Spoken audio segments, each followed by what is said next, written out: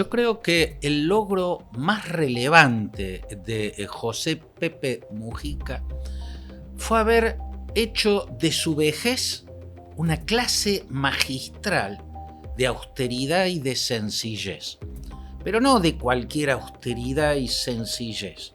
De austeridad y sencillez con capacidad de mejorar la vida humana y con capacidad de mejorar la calidad humana.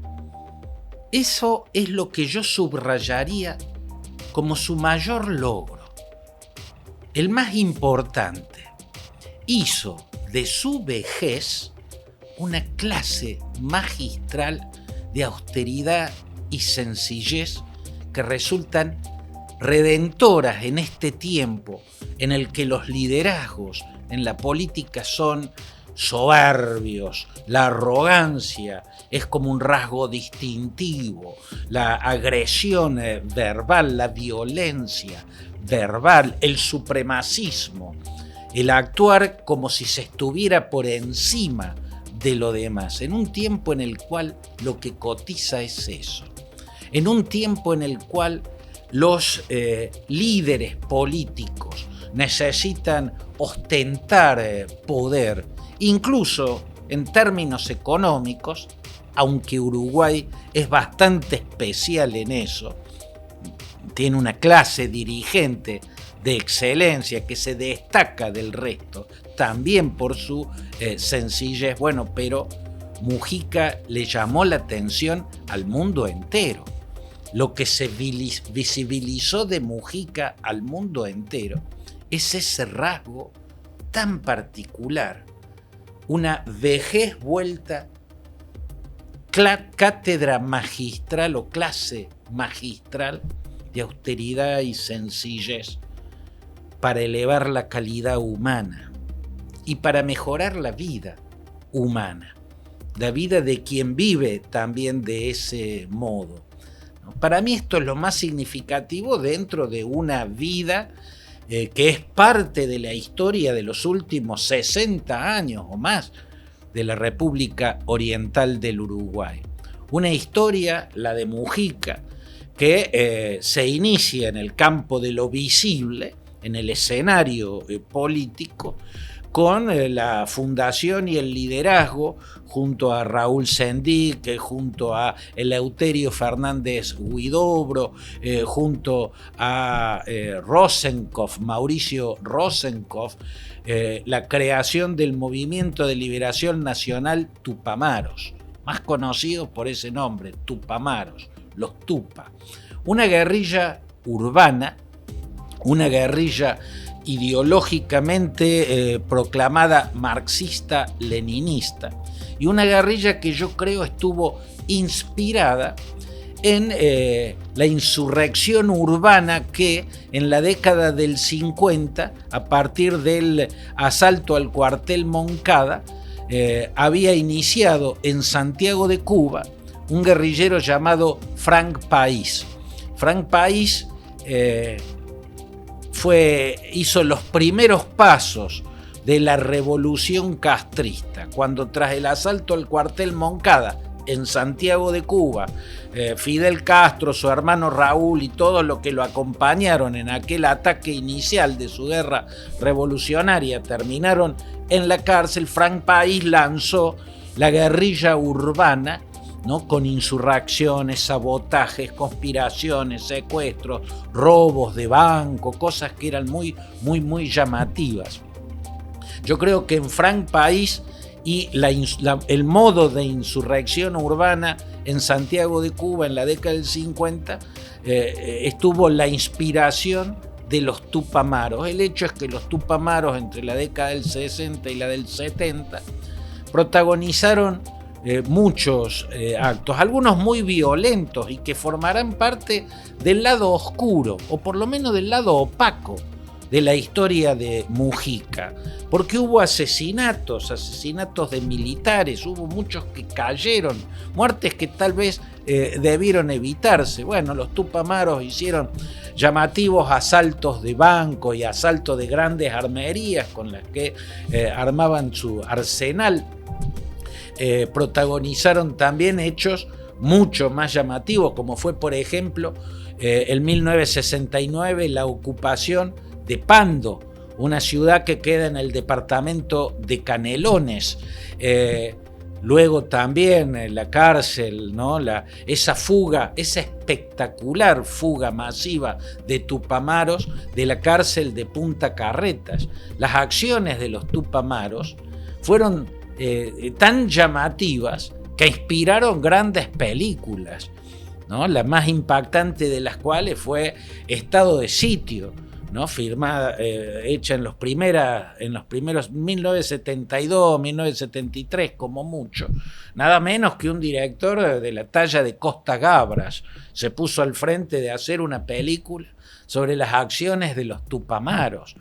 El protagonista fue nada menos que Yves Montand, una estrella del cine francés allá al principio de la década del 70. A la música la hizo nada menos que Mikis Theodorakis. Es genial la música de la película Estado de Sitio, como si Theodorakis, en lugar de ser griego, hubiese sido un latinoamericano, porque hace una música típicamente latinoamericana. Pero lo que quiero señalar es que habían logrado, desde el pequeño país que está en una de las costas del Río de la Plata, notoriedad internacional por la espectacularidad de sus golpes, en particular por el copamiento de la ciudad de Pando en el departamento de Canelones y por la fuga de la cárcel de Punta Carretas. Mujica fue uno de los que fugó. Él, Fernández Huidobro y Rosenkopf, por el protagonismo que tenían en el liderazgo de Tupamaros, estuvieron por lo menos 7 u 8 años en la peor de las celdas, en la peor de las condiciones carcelarias. Bueno, la fuga fue espectacular, pero mucho más importante fue el reciclado a la democracia que Mujica supo hacer de sí mismo y de la fuerza en la que militaba. El Movimiento de Liberación Nacional Tupamaros se recicló convirtiéndose en el movimiento de participación popular, aceptando todas las reglas de la democracia.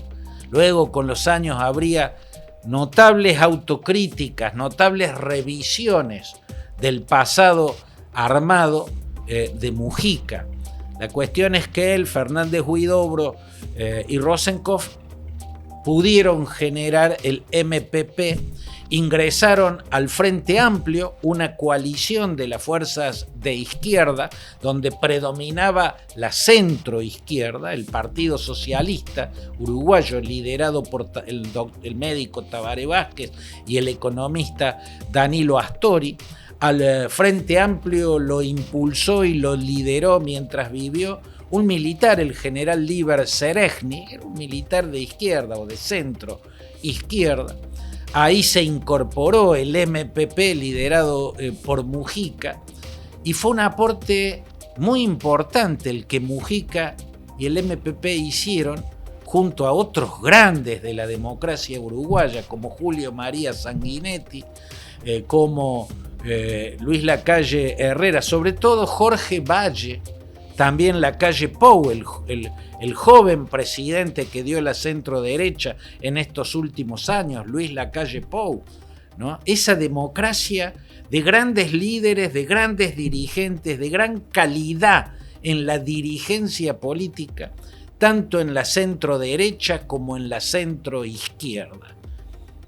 En ese escenario supo estar y lucir Pepe Mujica. Estuvo a la altura de Sanguinetti, estuvo a la altura de Jorge Valle, ¿no? Fue uno de los dirigentes que crearon esa democracia de diálogo que tienen los uruguayos. Una democracia modélica, yo creo, junto a la de Costa Rica, una de las mejores democracias de la América Latina. Son dos Suizas en nuestro continente, Uruguay y Costa Rica. Y creo que tuvo algo que ver Pepe Mujica, porque él supo mirar críticamente el pasado de la lucha armada. Supo mirarlo críticamente.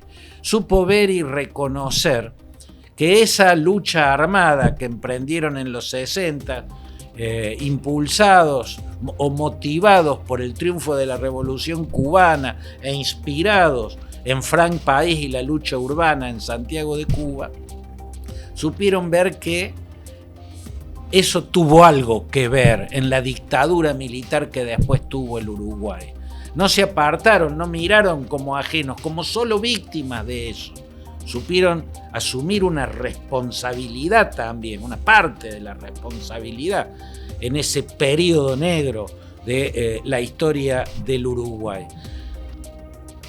Llegó a la presidencia, fue parte de los gobiernos como ministro de Agricultura de Tabaré Vázquez, fue presidente con Danilo Astori en una posición de fuerza.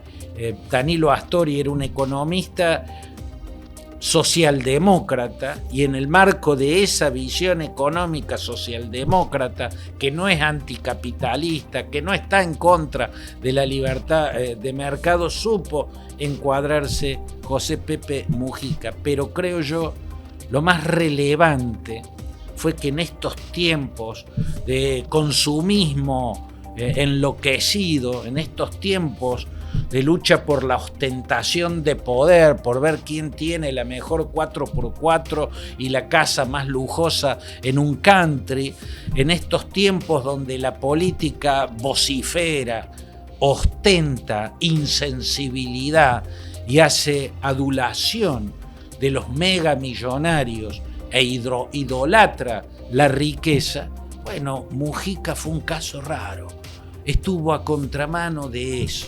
En estos tiempos donde la vejez está más vista, vivimos en un país donde el liderazgo los llama viejos meados, como para hacerlos a un lado. En estos tiempos, un hombre supo convertir su vejez en una clase magistral de austeridad y de sencillez.